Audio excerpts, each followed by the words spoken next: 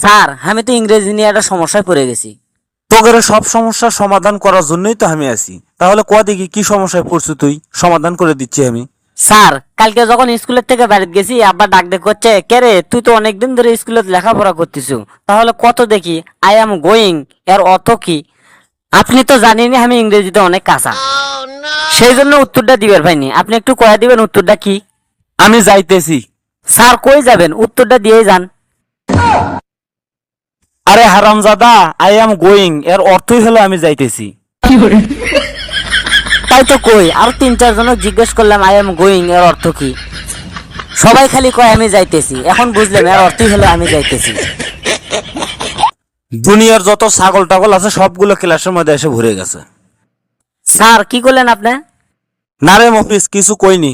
আচ্ছা বলতো, ছাগল ঘাস খায়, আমরা ছাগল খাই, তার মানে তো আমরাও ঘাস খাই, তাই না? এরকম একটা উদাহরণ আমাকে দিত।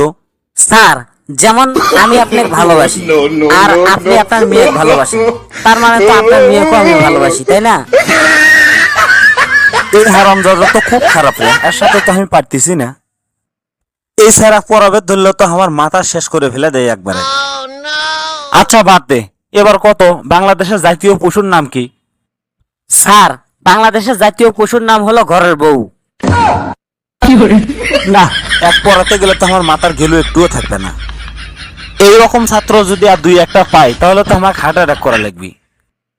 এ মফিস, তুই কি বইয়ের মধ্যে পড়িসনি বাংলাদেশের জাতীয় পশুর নাম হলো রয়্যাল বেঙ্গল টাইগার, আর তুই কলু বাংলাদেশের জাতীয় পশুর নাম হলো নিজের ঘরের বউ?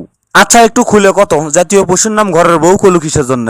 স্যার রয়্যাল বেঙ্গল টাইগার তো থাকে বনের মধ্যে আর বউ থাকে নিজের ঘরে, তাহলে রয়্যাল বেঙ্গল টাইগার আসতে অনেক সময় লাগবে, আর ঘরের মধ্যে থেকে বউ আপনাকে ধরতে তো আর সময় লাগবে না।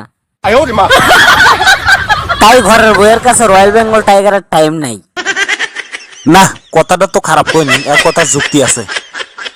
কেননা আমার নিজের বই তো রয়্যাল বেঙ্গল টাইগার আছে বড়টা, কথায় কথায় হাত দিয়ে যে থাবা মারে। তাছাড়া আমি বউক দেখে যে ভয় করি, বাঘ দেখেও তো এত ভয় করি না।